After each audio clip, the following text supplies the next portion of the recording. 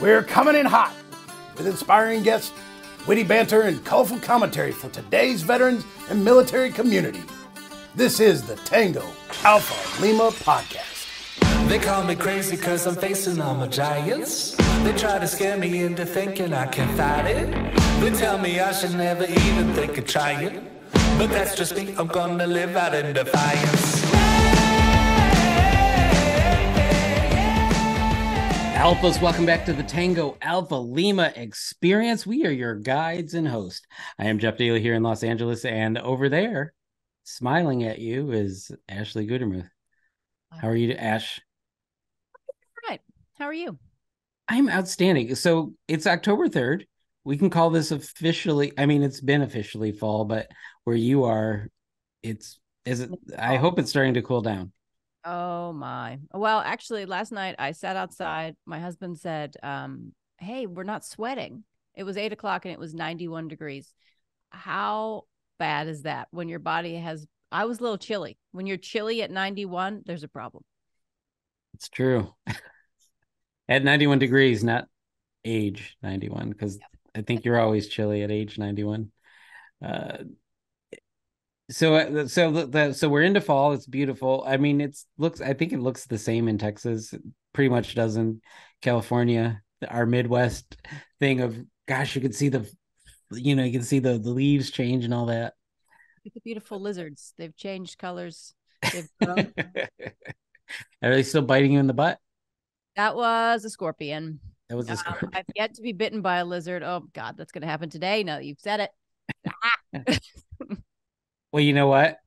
There are worse things and there are better things that one can eat. And I think you have a food related story to share with us today. Yeah. So here we go. How the U.S. made the world's toughest sandwich. This is from Military Times.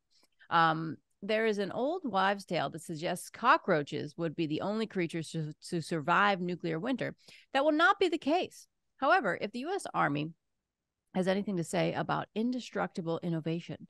For nearly 2 decades now, the service has crafted the shelf-stable sandwich in flavors such as barbecue chicken, barbecue beef, nacho cheese, bacon cheddar, and Italian pocket. I'd like to be in an Italian pocket. And while the last one sounds like something sewn into a silk robe worn by Robert De Niro, it's actually more like a pepperoni and sausage hot pocket and is hopefully a little less crunchy than those pesky insects. The demand for these seemingly indestructible heroes, which are currently included in the first strike ration, arose out of a need for more on-the-go eats, and through a number of meals ready-to-eat menu items could be used to construct a sandwich that would take time and some serious. There's a serious swear word in here that I will not say. It starts rat beeping. Rat beeping. Lord, which I wouldn't want to eat rats. I don't know why they're putting that in there. This food talk. Instead, the U.S. Army NATIC, or NATICK, Soldier Systems Center in Massachusetts, invested in a dehydration process involving humectants, which eliminate the potential for the dreaded scourge of soggy bread. After the sandwiches are made, they're then stored in foil tri-laminated pouches that absorb oxygen and prevent the food from breeding bacteria.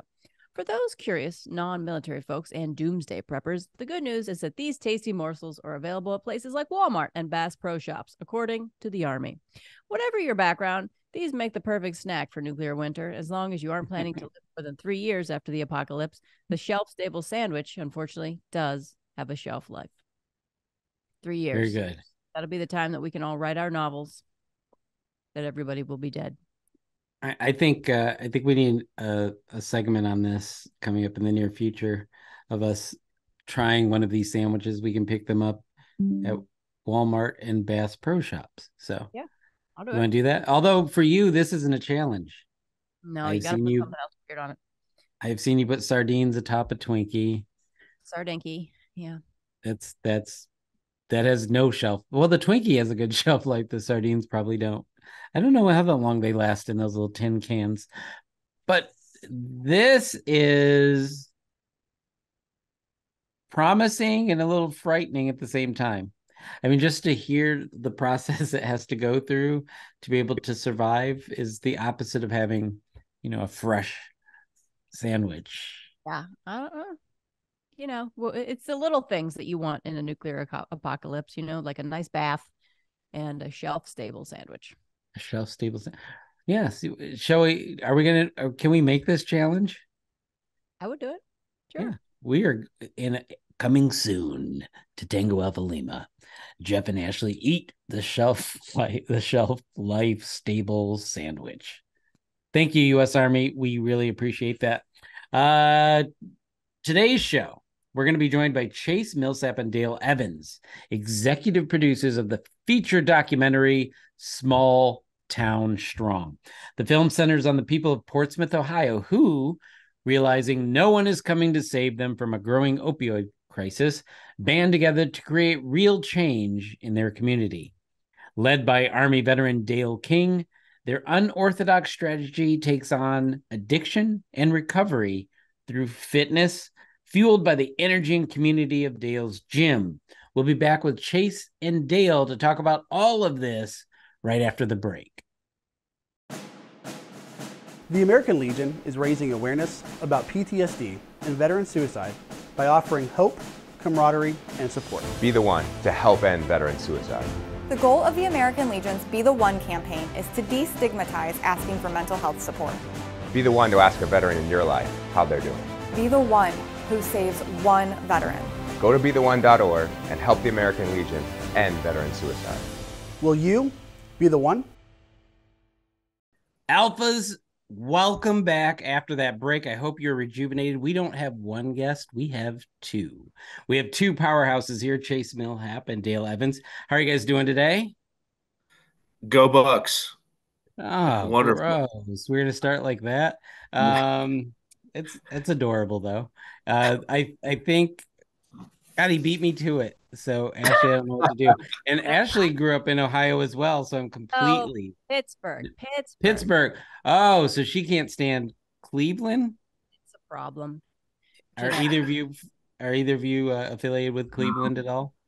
We're down south. We're more Bengals fans than Browns fans. There we go. So it's fine. It's fine. So it's fine. Well, and at least I couldn't find Dale's branch, but I know Chase, Semper Fi Chase. Bye. That was one of three, by the way. Had to be in 3 different services. I saw 2. Naval Academy. Naval Academy. Yeah. Oh, Naval Academy. Actually got it. There you go. All right. Well, welcome to the show. We're not going to talk about any of that. So you who are listening get a little bit of a bonus, and we're super excited today to talk about some heavy stuff, but a lot of wins here, I hope.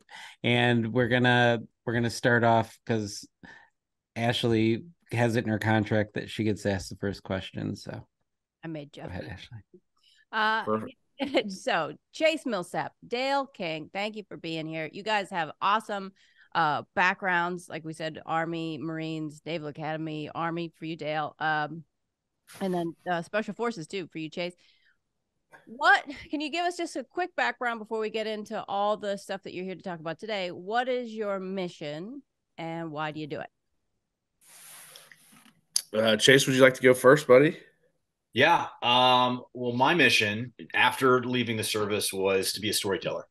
And, the big thing for me was always the authenticity, whether it's film, television, anything you see on TV or go to the film, from the military perspective, I wanted to make sure it was right. It was authentic. And, I worked for a company called We Are the Mighty for many, many years. And that was our whole mission. And I took it on to go now in the director's chair for a documentary film called Small Town Strong. And the goal was to really show, Dale and others, what life looks like after service and what you can do with your service component, but also what you can do afterwards. So for me, it's telling stories in the most impactful and authentic way I can. And my mission is kind of since leaving the military is to help build capable and confident people through CrossFit in my hometown. And that's what I've been doing since 2010 and through my CrossFit gym, PSKC Crossfit. And that's led to some pretty amazing opportunities along the way with different entrepreneurial endeavors, just hanging out with really cool people and kind of doing some extraordinary things along the way. And I bet you got some good stories there too. So that sort of links in with Jace. To say the least, yes. Guys, Some of them we can say on the podcast. Some of them, we're still we're all mandated working court on order. Tango Alpha Lima after hours. So when that happens, Perfect. So you got into storytelling.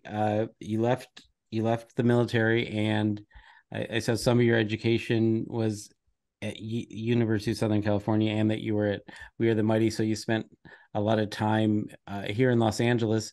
Did you hone your storytelling skills while you were here, and how did you get to a place where you could do an entire film on helming the whole thing? Yeah, great question, Jeff. It just happened overnight. No, it took about 15 years.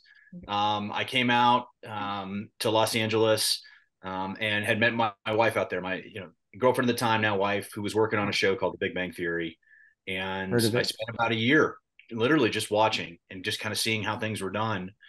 And after about a year, and I was trying to figure out really what I wanted to do, like what is the next chapter after the military. So I think I can really do this. And so I worked on a show called The United States of Al, which was on CBS about an American in Ohio, American Marine, who welcomes his Afghan interpreter to come live with him. And so we did that for 2 seasons, and then did a show about Army boot camp called 10 Weeks. And I spent a lot of time behind the camera and behind the scenes, really seeing how how everything came together. I worked a lot with directors and writers. I was a writer myself. And so when it came time to do Small Town Strong, we had looked at a lot of different ways on how to tell this story. And initially our thought was, well, why don't we make a TV show about it? And there's more to that, but we can kind of get into it later. But it, came to the point where we were in the middle of a pandemic, and we were still trying to figure out, what we could do or what we couldn't do. And, Dale and I kind of looked at each other, and I said, well, I can bring a camera. Let's just shoot a film. And so we did that. And this was my first time in the director's chair. I had a lot of fun. It was terrifying at the same time, but a lot of fun. And, we, over the last, year and a half, have put the film together. I mean, we've been filming for 4 years, but we finally put everything together over the last year and a half, and we're ready to get out here in October. Oh man! So Dale, wait, I just want to follow up with Dale. I wanted to know how he got into loving the filmmaking side of storytelling. I don't know if loving is the right term, but I've learned a lot. Let's say that. It's funny. Chase and I actually met when I went to go film an episode of Shark Tank out in LA back in 2016, 2017. So that was kind of like my first introduction into Hollywood. So that's how Chase and I met. And then, like you said, it's just like, hey, I think we've got a pretty cool story to tell.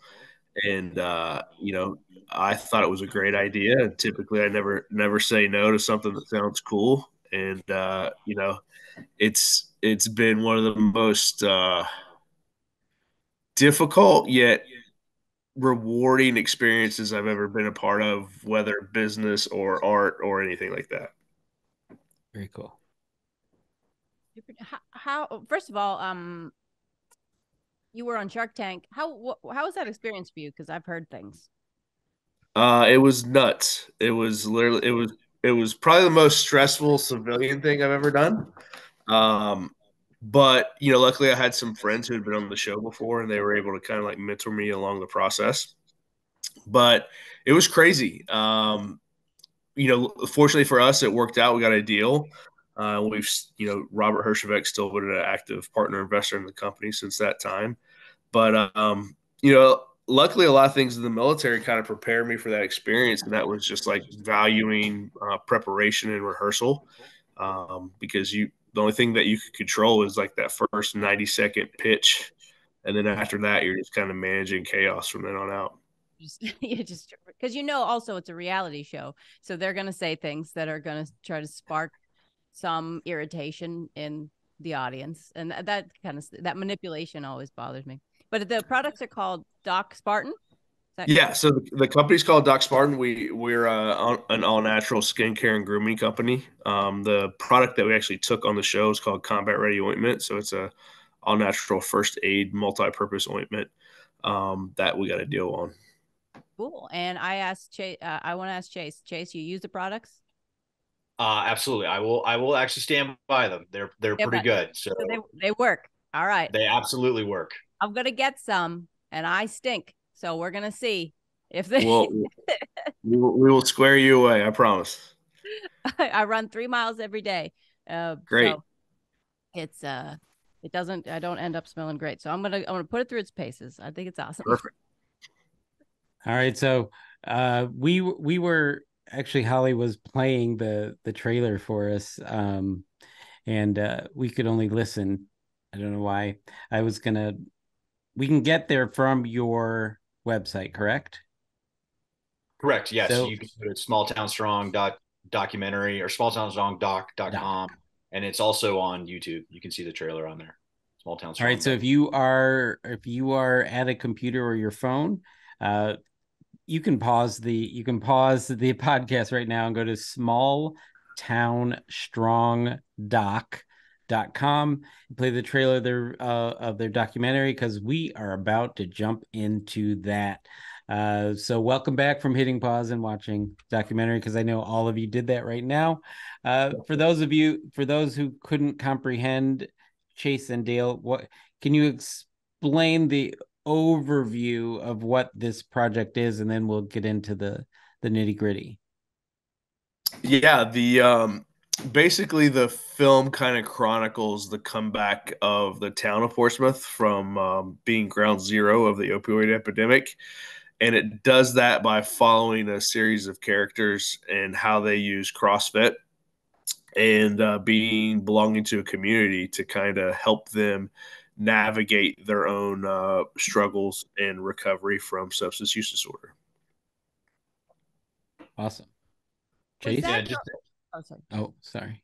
No, just to add on to that, I mean, I think, one of the things Dale and I both recognized years ago after coming back, we were both Iraq War veterans, so coming home and realizing, that opioids and more importantly now, like fentanyl, these things were literally a war on some of our own hometowns. And so what we wanted to do is capture not only how, the situation that was going on, which you see in other, TV shows and films that are out there right now, but also the idea that there's hope throughout this crisis. And so we really wanted to show one town's comeback. And like Dale said, I mean, it's really kind of gets down into people getting into the gym and doing hard workouts. Oh, and breaking news, Holly Soria, super producer Holly, has put into my chat, into my text, that your film drops the same day that this episode drops. Timing. We're synchronized. So Beautiful. Now what I want you to do out there, Alphas, is hit pause, run out, go see the movie, then come back and join us in this conversation about the movie. All right. Sorry, Ashley, I had to break in there with breaking news. Good idea. Dale, when you came back to your hometown, was your whole point or your whole idea to create just a CrossFit gym? You're like, I'm really into this. I want to get people involved in this, and this seems like a decent place to do it. Or was it that next step? I want to start a CrossFit gym that specifically helps these people that are addicted to opioids. No, actually, when I came home, the CrossFit gym was kind of a therapeutic outlet for me to, belong to a community and, give myself a sense of mission and purpose again. It just kind of so coincided at the time that Portsmouth was at the height of the pill mill pain clinic issue. And, our tagline for the gym was, in a town devastated by weakness, we choose strength. It was just getting people to understand that it's okay to be uncomfortable and it's okay to confront challenges. But it really didn't have, in the early days, really didn't have anything to do specifically with folks working with recovery. I'm not really proud of this, but I thought the problem was the addicts themselves. And they were kind of, to me, at the time, they were the mascot for the downfall of the town. And it wasn't until 2018 that we began working with the counseling center and offering folks in recovery CrossFit classes that I sat down and began to have conversations with them and really tried to understand how they fell into addiction and learn more about their struggles. And then just kind of really realized the whole system had been rigged against them. And it's way easier to cast judgment on them, and not a lot of people were kind of willing to help. So around 2018 is when it really picked up, and that's what I knew. Like, hey, we have a special thing here with this CrossFit gym, and then I own 3 small businesses as well, and they need employment opportunities as well. So it's the film does a great job of showing how we use CrossFit to get people healthy, how we then employ as many folks as we can to kind of offer them that ongoing accountability and community, and just kind of giving them a tribe to belong to. Very cool. Now, if I can jump back into what people can expect to see on screen. In the 0 documentaries that I've directed, I've learned a couple things. People like to follow still a character, even though it's real life. Can you describe some of the characters that we're going to meet in your film? Yeah, there's actually a whole cast of characters, one of which is Dale. So we get to see Dale's kind of, his personal journey as he's going through and leading, not only his team, but there's a big event that's a CrossFit competition called the Gauntlet that Dale pulls on every year. And that really is the culmination. I'm going to take a picture with Dale real quick. Mm-hmm. There you go. And then, we followed a lot of individuals who had gone through recovery, that had, gone through the initial stages of it, of which was just, getting sober, getting clean, which is hard, right? There's no doubt about that. But then it's staying clean that gets harder. So we were able to follow, 2 or 3 individuals that had gone through that process, but then committed themselves not only to CrossFit, but then to really getting to the point where they could compete and compete well and through some of these competitions. So I think what's really interesting for me as a filmmaker was we were able to film people literally on their first days of going into a treatment facility, when they're in a lot of ways they're at rock bottom, and then cut to years later as we're going through the competition, really see them at their best, being able to compete. They've gone through their journey. They not only look different, but you could just tell that they've really come through the other side. And then you start to see what we all know from the military side of it is people want to give back. They want to give back to others. That service element that really starts to come out as well. So you get to see that whole journey, for a lot of our characters, which is fun. It's exciting. Dale, do you have a perspective on the characters that we're going to see on screen? Yeah, they're a favorite one besides yourself. No, unfortunately, they're kind of all my family, so it's like asking to pick kids. I would say probably the central character is kind of a lady named Sarah, who I've had the fortunate pleasure to spend a lot of time with. She kind of runs the show for one of my companies. But just to see her kind of go from being homeless, living on the streets, and in the film, she kind of takes us back to where she used to use, and you kind of just see like the complete despair and lack of hope of where she used to hang out at. And you see the physical transformation, like you see a mugshot to where she is now, and what she's capable of, not only from a physical standpoint, but just running a show, running a business for me. It just, it really fills me with joy to see how far she's came. Got to be so hard to pull your life back from something like that. Like, I often think all of us, everyone in the whole world, no matter how much money you have or what kind of life you have, we are all about 30 days away from complete and utter life destruction, depending on what choices we make. I remember one time I was in New York City. I was just walking down the steps to the subway, and somebody had gone to the bathroom, and I just prayed that it was a dog, but it wasn't, on the steps. Okay? It was the winter time. I was wearing boots. Immediately I went from just regular person just walking to get on the subway to somebody completely covered in somebody else's business, trying to scrape it off in a subway, going from completely normal looking to completely insane, having to abandon my shoes. So now I'm shoeless in New York City. You could go in an instant. You can go from, just everything's fine, to a couple choices you make that can completely wreck everything. So, and my understanding of the opioid epidemic is a lot of it was caused by doctors overprescribing. And it's not like people just wanted to go and have this happen to their life. Is that what you found talking to people? Yeah. That's the thing. Portsmouth's known for the very first pain clinic pill mill that was ever created was in Portsmouth, Ohio, in the 90s, and that business model proliferated all throughout the Ohio River Valley and Appalachia and down to Florida. But yeah, so it's everybody had their unique role. If you look at kind of the supply chain of that, you had the manufacturers, so people like Purdue Pharma, you had the distributors, you had the individual pharmacies, and then you had the physicians. They were all supposed to be checks in the system to counteract any abuse, and none of that went down. But a lot of it did happen at the ground level because the user can't get a script unless it's coming from a physician. And a lot of those physicians, unfortunately, were just corrupted by greed.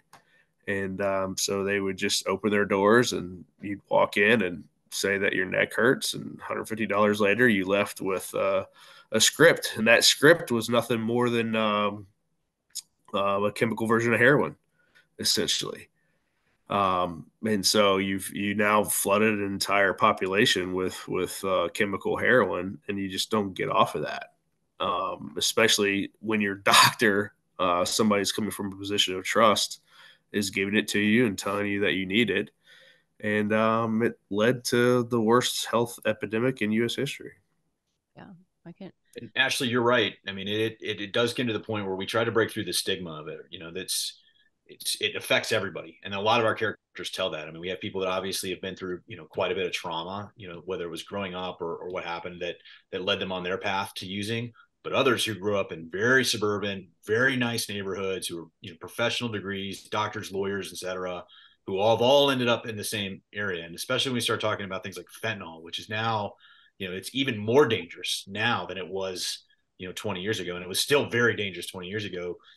We really wanted to highlight the fact that no one is immune to this. And, at the end of the day, it comes back to creating a community where you can start to talk about these issues. And I think that's really what we captured. And Dale knows this because he's been working on it, is, Portsmouth, which was the problem many, many years ago, is now a part of the solution. And that was the really cool thing for me, is to see people come together and really, really try to dig their way out of it and do it in a way that's inclusive of a lot of different people, which was really cool to watch.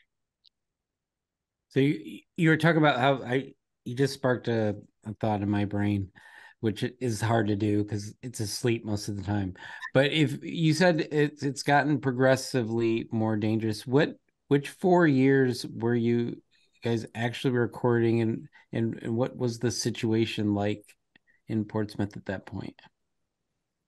Yeah, I mean, I'll start, and then Dale, you can kind of go through it. I mean, we started filming in 2018, and it was really just to capture what we already kind of knew was happening, was that people were going through CrossFit classes, and they were not only, getting clean, they were staying clean. And we didn't really know why. We were sort of filming that, and we were talking about, kind of how the thing was happening. And then as we started going through it, we realized, oh, wow, there's an actual lot of chemistry behind this. There's a brain chemistry.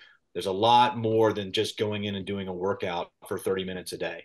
It's what you get after that workout. It's how you can replicate, whether, if you were using it, the brain kind of replaces that with a lot of the CrossFit stuff. But then coming out of that, you get this connection with people, which is how the community starts to build itself back. And in the midst of this, you see the rise of fentanyl, which, had been around for years, but we interview a lot of doctors and even Dale's wife, who's a nurse practitioner, who is, on the front lines of this, seeing it every day. And when we start talking about, the overdoses, we're talking about 100,000 people a year who are overdosing and dying from opioids. And so that's even worse than it was there. And so we were able to capture a lot of that. And sadly, and this is just the way it happened, is, 3 of the individuals that we filmed, unfortunately, overdosed throughout the process of making the film, overdosed and died. And so that was one of the things where we really knew, Dale and I, that we had to tell this story, because if there was a way for us to help others, it was getting us out as fast as we possibly could. Yeah, and I would just add, historically, that 4 years, 2 of that was through COVID. So what you had was, when COVID happened, you had a lot of the services shut down. So a key to drug use is feeling isolation. So when these guys no longer there for a period of time, they no longer had access to the gym. They no longer had access to in-person counseling treatment centers. That's why you go back and look, you'll see a sharp increase in the amount of overdose deaths. And so that period of filming was during that time as well. It's crazy. Ashley. The people that you filmed that overdosed and passed away, were they people that you would have never expected to have had that happen? Was there a mix, or were they all surprises? Or yeah, it was hard. I mean, we worked with the population, that we were watching people every day, that work out, that were going through recovery, and I'll tell you, that relapse is a part of recovery, right? And I think we all knew it, but until it happens, you really don't know how to process it. And unfortunately, Dale and I's best friends was one of the, actually one of the characters we followed, who overdosed and died throughout this. And his name was Billy. Billy was a lawyer. He was actually both of our lawyers. As one of the characters we followed in the film. And that, I think, not only was personal to both of us, but in my mind, it solidified the fact that we had to tell this film now. And we had to do it in a way that could get in front of the audience and show that there's hope amidst this crisis. Because, using the military, background, we both were in Iraq, pre-surge and surge. You learn very quickly how to process trauma and move on and continue the mission. But it's just different when it's in your hometown, and you're talking to your best friend, and the next day is not there. Yeah. And so for us, we really had to come at it not only as on the personal side, but as the filmmaking side of it. It was very important to me to get this story out in the most impactful way as fast as possible. Wow. That's why I mentioned I assumed some heavy stuff was going to come up. So I also know that for a lot of war fighters, I'm not going to speak universally for everyone, but it's a lot different dealing with trauma on our dirt, because we consider home safe, right? We go off to danger, and then coming home you're supposed to feel safe. So that's got to add a lot to it. I will say this: Los Angelinos, as Chase and Dale probably know, are very resilient. There's a CrossFit across the street from every McDonald's, and yet we refuse to change. So we can go to CrossFit, murder ourselves, and then go back out and still be the jacked up individuals we were when we walked in. So I'm hoping that in this film that we're going to be able to pull some lessons, so that when regular people or extraordinary alphas, you know who you are, if they go down this path, that it's not just going to be about working out, but pulling lessons that in your case the problem is will be opioids. But people have a lot of problems, and the typical thing is one solution, especially this, can help different people with different problems. What lessons are we going to pull from this, from resiliency and all the other buzzwords that we hear? Yeah, I mean, I would just say we all know physical fitness is good for you, regardless of what issue you're bringing to the table when you walk into the gym.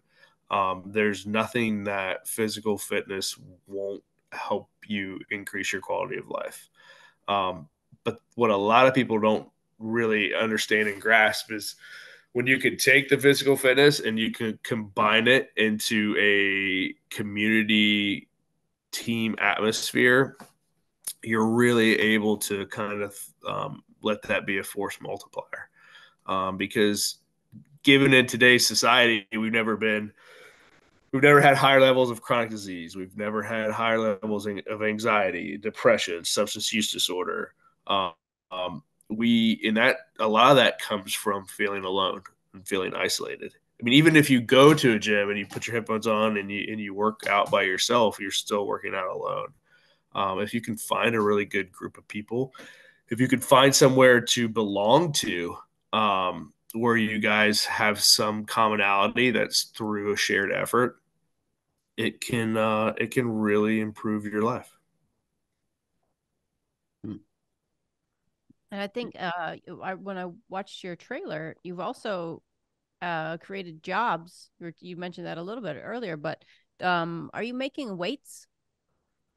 We are not making weights ourselves. We're a subcontractor to one of the best American fitness companies called Rogue Fitness. They're making kettlebells here in our hometown, and then we work with the local foundry, and we my little crew packages up all those kettlebells. So I've been trying to find American-made weights for, I would say, I mean, forever. They all seem to be made in China, which seems just crazy to me because it must be so expensive to ship, for something so heavy. So I'm excited to check that out. Actually, we don't give too much away because it's kind of a spoiler alert, but you'll see in the film, that Dale and the team when COVID hit, exactly that, right? When people couldn't get weights from China, they figured out a way to bring it back, here to the States. And so it was really cool to watch that journey of, wow, we're making kettlebells here in Portsmouth and making it happen. So we cover a lot of that too. Yeah. All right, not to bounce us back and forth, but I did have I was wondering if you guys were familiar with an organization called MVP, Merging Vets and Players.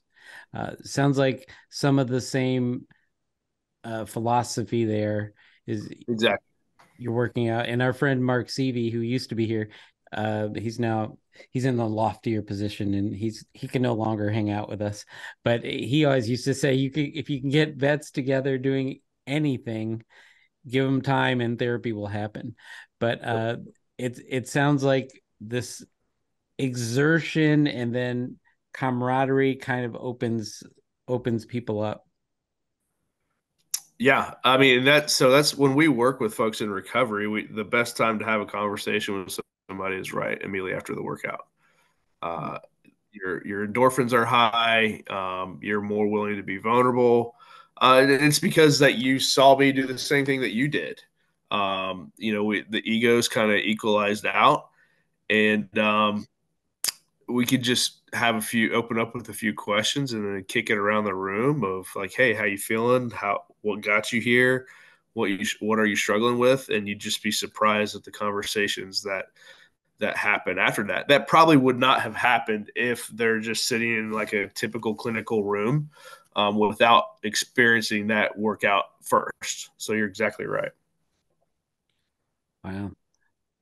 All right, Ashley, do you have anything before we start wrapping this up? Because I got to go find this movie. Gotta go find it. Sounds great. Okay, before we go, what misconceptions would you like to shatter about addicts? Oh man, Chase, you want to go first? I'll take that one. Throwing Chase under the bus. Yeah. That was the whole film, by the way.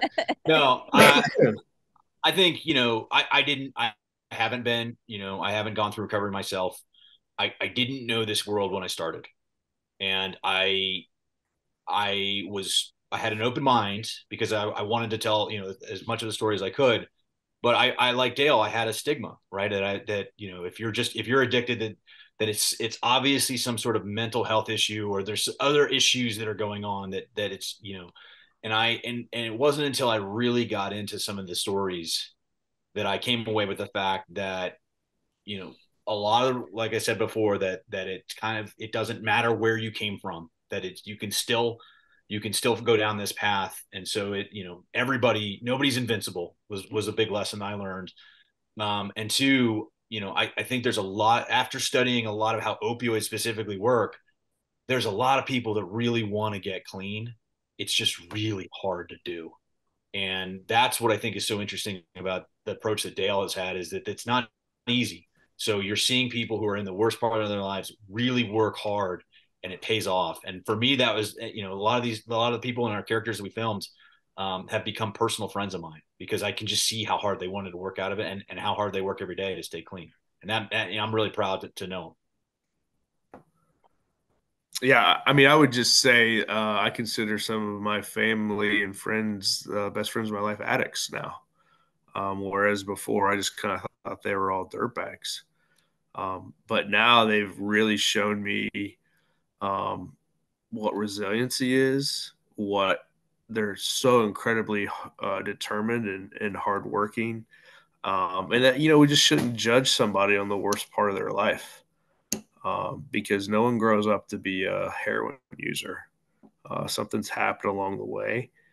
And, from a macro perspective, it's just like, if we want to have these negative viewpoints on them, it's just like, hey, like, what are we doing to fix this issue? Mm-hmm. Because we're all paying for it. Like, we're either paying to throw them in jail, which has been proven time and time again that's not a valuable use of our resources, or we can pay for effective treatment. So let's figure out a way to pay for effective treatment and help these folks become assets instead of liabilities. Yeah, I'm on board that train. All right. Well, Dale and Chase, I mean, this has been eye-opening for us, and I'm sure the alphas, they can find all the information they need at smalltownstrongdoc.com. There should be a .doc, I think. That's because I keep almost saying that smalltownstrong.doc, but it's not. It's smalltownstrongdoc.com. And go ahead and watch the film and let us know in on the YouTube comments or on Facebook or wherever you find us, and let us know what you think, and we'll only share the good stuff with them. So what's gonna happen now is we're gonna say goodbye to Chase and Dale, and we're gonna take a break, and then we're gonna come back without Chase and Dale, and we're gonna talk about what they talked about and what we thought about it. They're gonna have to tune in, when this airs to figure that out. See, we have spoilers too. We know how to market, just like the film industry. You guys are, and I'm gonna say this, Holly, just be prepared. These are two fine individuals from Ohio. There we go. I'm sure they know how to spell it, because that's their high school graduation requirement. They give them 2 letters and they have to finish the last 2. So it's, what is it? OH something? IO. All right. Hashtag go blue. And we're going to be right back after this break. Yeah, so it's great. I'm glad that you guys are on here. So thanks a lot for showing up. Yeah. Oh my gosh. Wait. We forgot. There's a post near one of you. Is it Dale or is it Chase? It's Chase? It's both of us. Yeah. Right up the street from the gym, actually. Post 23 in Portsmouth, Ohio.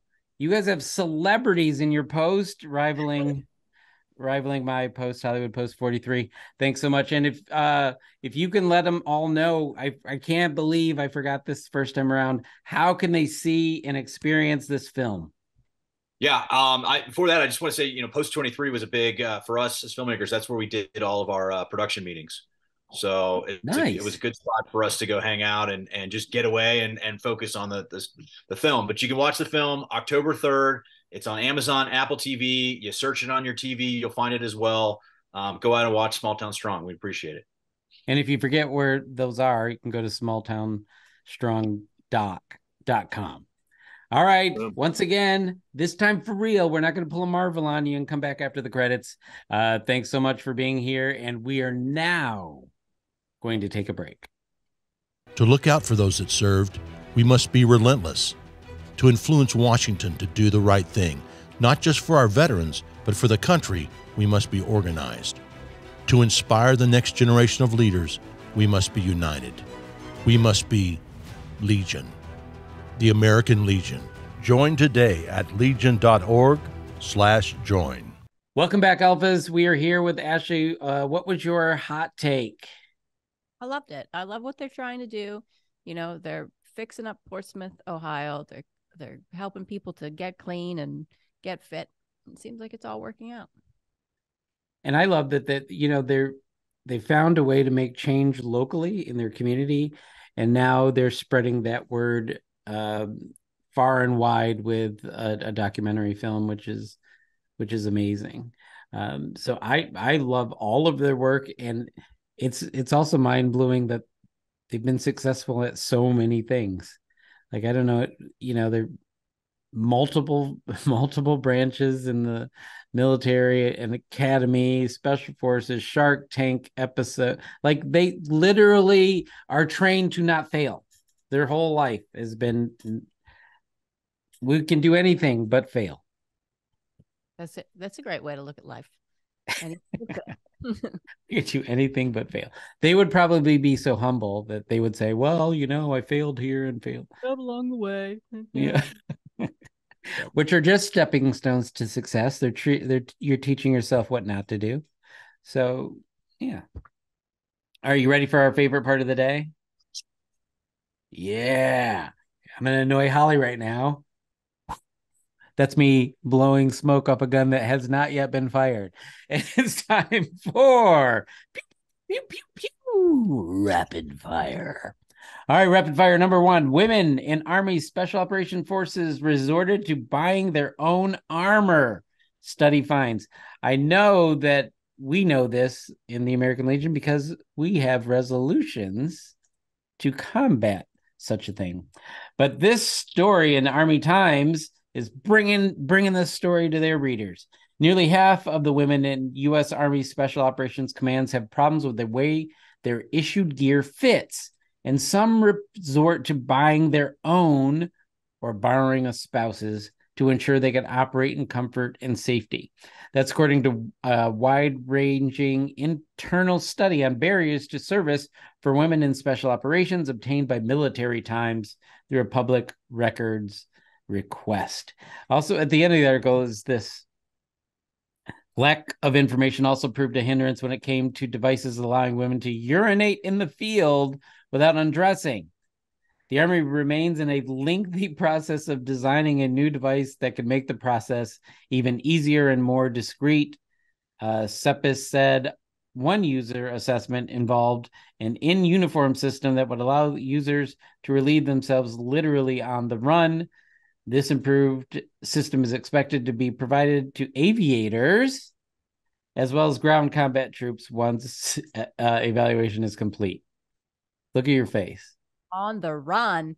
When I ran my marathon, that was the advice that I had. A lot of marathoners pee while they run, and my body doesn't work like that. It is one thing at a time.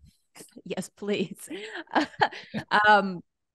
So I find all of this very interesting. I think it's good. Of course, giving them the gear so that they feel like they're a part of the team, so that everybody else acknowledges that they're a part of a team. I'm sure if you went to this article and you read the comments, most of the comments would be, well, women shouldn't be in special ops. That's only for men. That's only where men should be because they can pee standing up. They don't have to get undressed. Well, let me introduce you to the green bean onesie.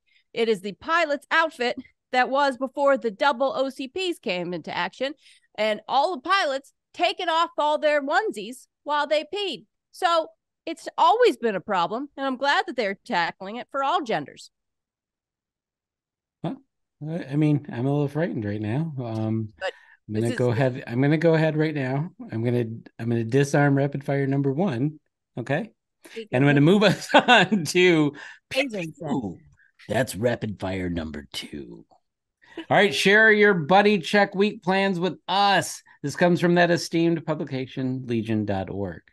With the U.S. Department of Veterans Affairs' first buddy check week scheduled for October 16 to 20, we're asking for American Legion family members taking part in buddy check events that week to share their plans with us. Since 2019, more than what I almost exaggerated there.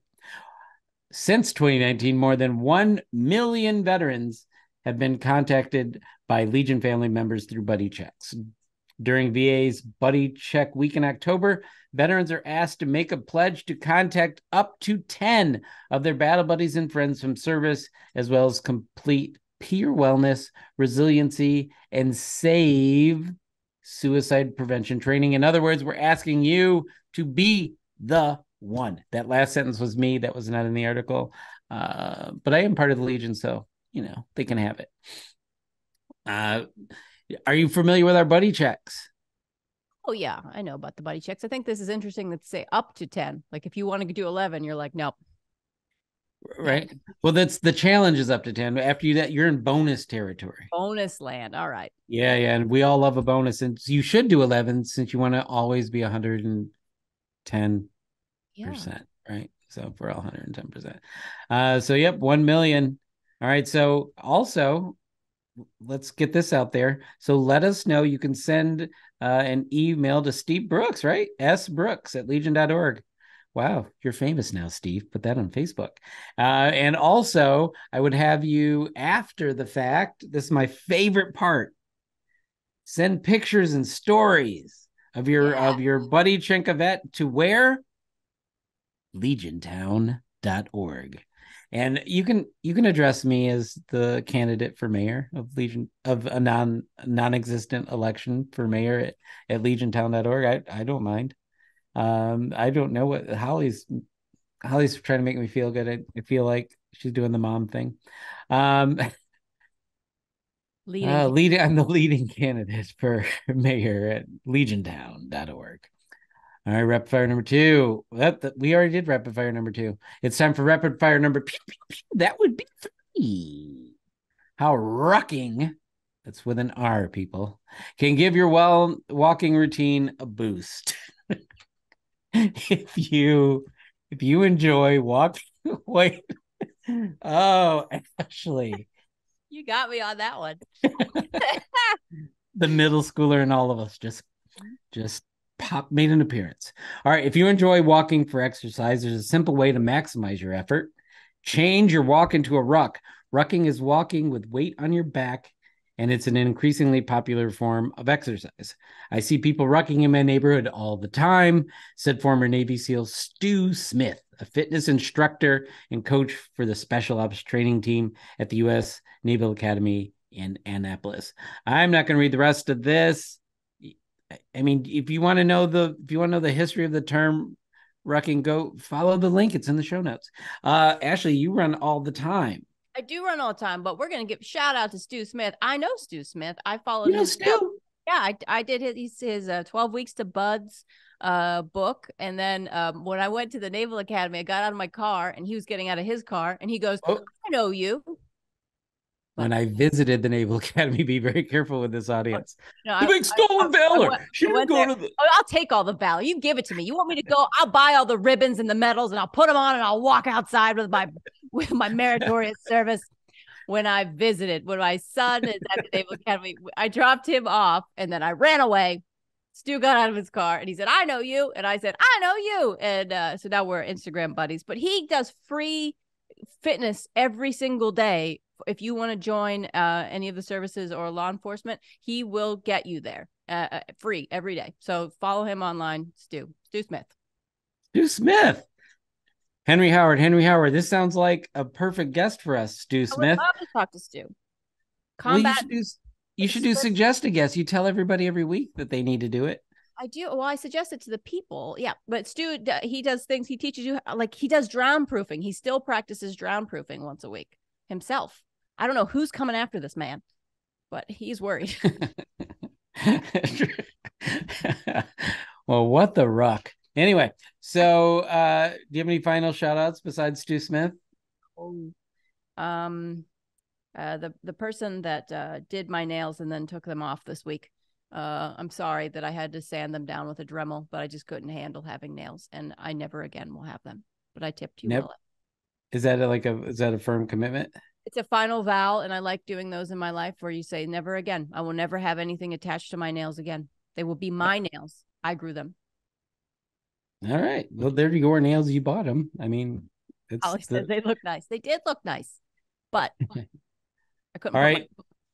We have so much to get done out there in the real world. People have no idea the capes we put on when we leave here and the lives that we save from treacherous situations that get replayed in Hollywood. So, Ashley, want to take us home so we can jump in a phone booth that doesn't exist anymore?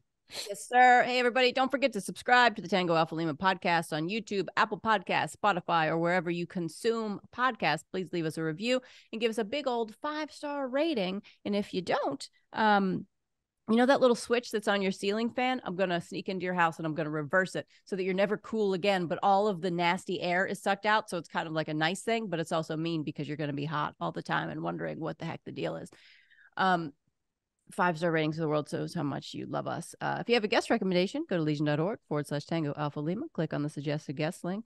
I want to hear from you, baby doll. It's either love us or fear us. That's what I'm kind of getting for those 5 stars. You have to love us or fear us. All right, Alphas, this has been a great show. I hope that you treat yourself and see the film that we talked about today, because those are two, I'm going to say it again, those are two fine gentlemen from the state of that state below Michigan. There we go. That's as much as I can pull off now. Huh? Holly's scolding me. She wants me to say the whole word again. It's easy. It's a 4-letter word. You know it. It starts and ends with oh my goodness. Oh my goodness. And with that, I'm going to declare what's season we're in? 4, episode 183. Mission complete.